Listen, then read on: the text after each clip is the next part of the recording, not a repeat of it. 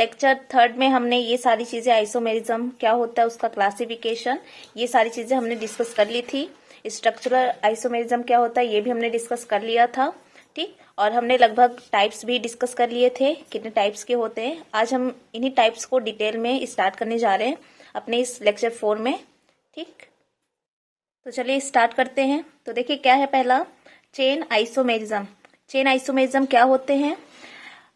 ऐसे कंपाउंड जिनके molecular formula same होते हैं, लेकिन यहाँ पर क्या होता है, जो कार्बन एटम्स होते हैं उनकी जो बाउंडिंग होती है वो उसमें थोड़ा सा जब चेंजेस आ जाते हैं, मीन्स यहाँ पे आपका मॉलिक्यूलर फॉर्मूला तो सेम दिखेगा, लेकिन जो कार्बन एटम्स का जो अरेंजमेंट है, वो जो मेन स्ट्रक्चर है उसमें जो अरेंजमेंट है कार्बन एटम का, वो यहाँ पर डिफरेंट हो जाएगा। इसी वजह से इसको कहते हैं क्या, चेन आइसोमेरिज्म, ठीक। मीन्स यहाँ पे जो चेन है, जो कार्बन की एक लंबी श्रृंखला है, उसमें थोड़ा सा आपको चेंजेस देखने को मिलेगा, तो वो कहलाएगा क्या, चेन आइसोमेरिज्म।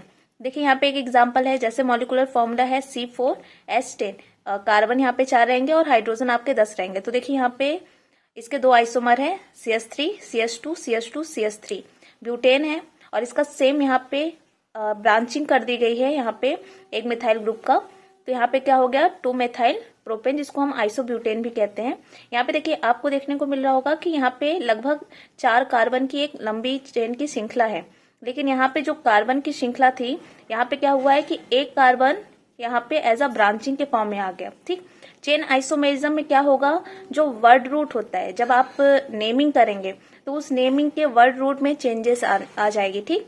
तो देखिए यहाँ पे क्या है कि यहाँ पे 4 कार्बन थे, तो 4 कार्बन के लिए आपने क्या लिख दिया है, ब्यूटेन, लेकिन ब्यूटेन हो गया, तो वर्ड रूट के हिसाब से यहाँ पे आपका ब्यूट होना चाहिए।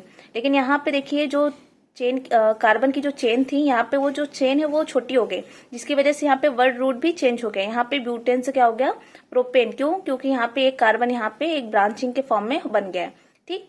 अब देखिए यहाँ पे दूसरा एग्जाम्पल C5H12 का है। यहाँ पे आपके 5 कार्बन होंगे और 12 हाइड्रोजन रहेंगे।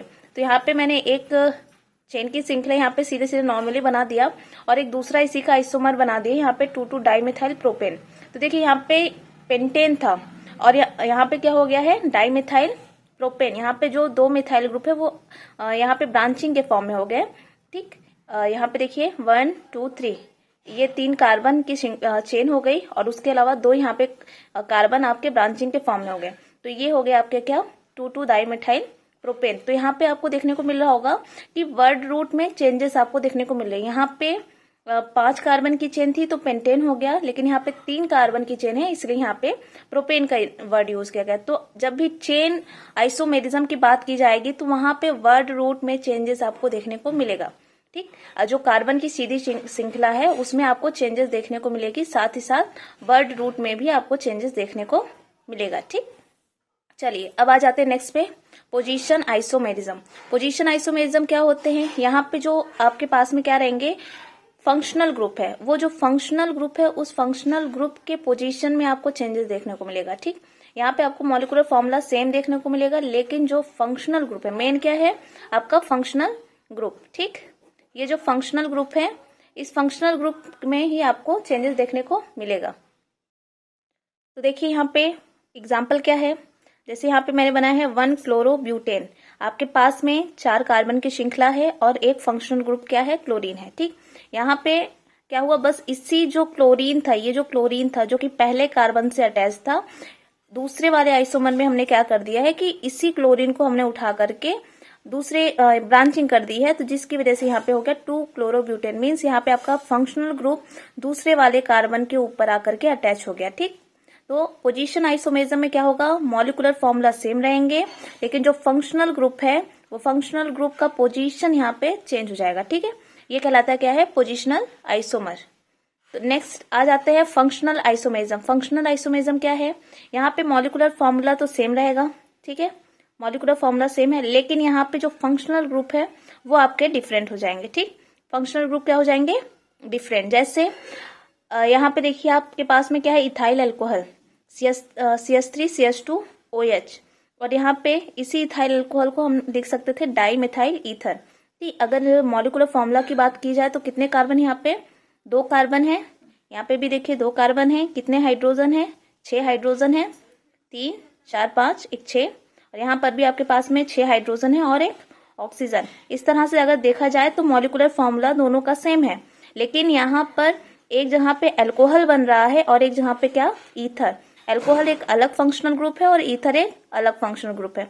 तो यहाँ पे मॉलिक्यूलर फॉर्मूला सेम है, लेकिन यहाँ पे फंक्शनल ग्रुप में चेंजेस जब देखने को मिल रहा है तो उसको हम कह रहे हैं क्या, फंक्शनल आइसोमेरिज्म। अब देखिए मेटामेरिज्म को स्टार्ट करते हैं। मेटामेरिज्म क्या है?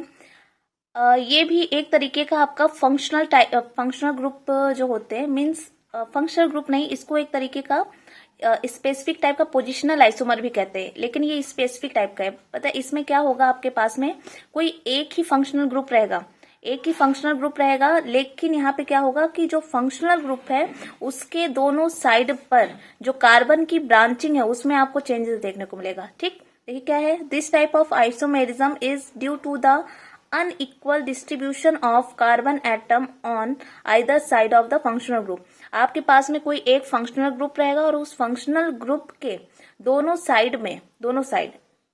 साइड में कार्बन की अगर ब्रांचिंग में आपको चेंजेस देखने को मिल रहा है तो उसको हम कहते हैं क्या, मेटामेरिज्म। ठीक, देखिए यहाँ पे क्या है, मिथाइल प्रोपाइल ईथर। यहाँ पे आपके पास में ईथर एक फंक्शनल ग्रुप है। ठीक, ये आपके पास में ईथर है जो कि फंक्शनल ग्रुप है, और इसके बगल में आपके मिथाइल लगा है और दूसरे साइड में आपके प्रोपाइल ग्रुप लगा है। अब देखिए यहाँ पे सेम चीज है, बीच में आपके ईथर फंक्शनल ग्रुप है, लेकिन यहाँ पे जो कार्बन की ब्रांचिंग है वो दोनों चेंज हो गई है। ठीक, चेंजेस के वजह से यहाँ पे आपके पास में 2 आइसोमर मिल जाते हैं, तो इसको कहते हैं हम क्या, मेटामेरिज्म। मतलब एक फंक्शनल ग्रुप के दोनों साइड में कार्बन की ब्रांचिंग किस तरीके से हुई है उसको हम कहते हैं क्या, मेटामेरिज्म। ठीक, नेक्स्ट आ जाते हैं क्या, टॉटोमेरिज्म। टॉटोमेरिज्म क्या होता है? टॉटोमेरिज्म एक स्पेसिफिक टाइप का आपका फंक्शनल आइसोमर है, स्पेसिफिक टाइप का। ठीक है, देखिए यहाँ पे लिखा है special type of functional isomerism. ऐसा क्यों कहा गया है? अभी तक देखिए क्या होता था कि फंक्शनल आइसोमेरिज्म में क्या होता था कि एक ही ग्रुप से, मीन्स आपके पास में मॉलिक्यूलर फॉर्मूला एक है, लेकिन उसमें हम क्या करते थे कि एक मॉलिक्यूलर फॉर्मूला से हम 2 स्ट्रक्चर बनाते थे। जैसे कि अभी दिखाती हूँ आपको, देखिए यहाँ पे क्या है, फंक्शनल आइसोमेरिज्म। यहाँ पे आपके पास में क्या है, इथाइल अल्कोहल है, ये अलग है, और डाइमिथाइल ईथर ये अलग स्ट्रक्चर है। लेकिन मॉलिक्यूलर फॉर्मूला देखा जाए तो क्या था इसका, देखा जाए मॉलिक्यूलर फॉर्मूला तो कार्बन कितने हैं, 2, हाइड्रोजन कितने हैं, 6, और ऑक्सीजन कितने हैं, 1। मतलब मैंने एक मॉलिक्यूलर फॉर्मूला से यहाँ पे 2 स्ट्रक्चर अलग अलग बना दिए हैं। लेकिन यहाँ पर टॉटोमेरिज्म में क्या होगा कि आपके पास में कोई एक ही स्ट्रक्चर होगा और वही एक स्ट्रक्चर 2 अलग अलग स्ट्रक्चर में कन्वर्ट होता है। मीन्स यहाँ पे डेस्मोट्रोपिज्म, मीन्स टॉटोमेरिज्म को हम डेस्मोट्रोपिज्म भी कहते हैं।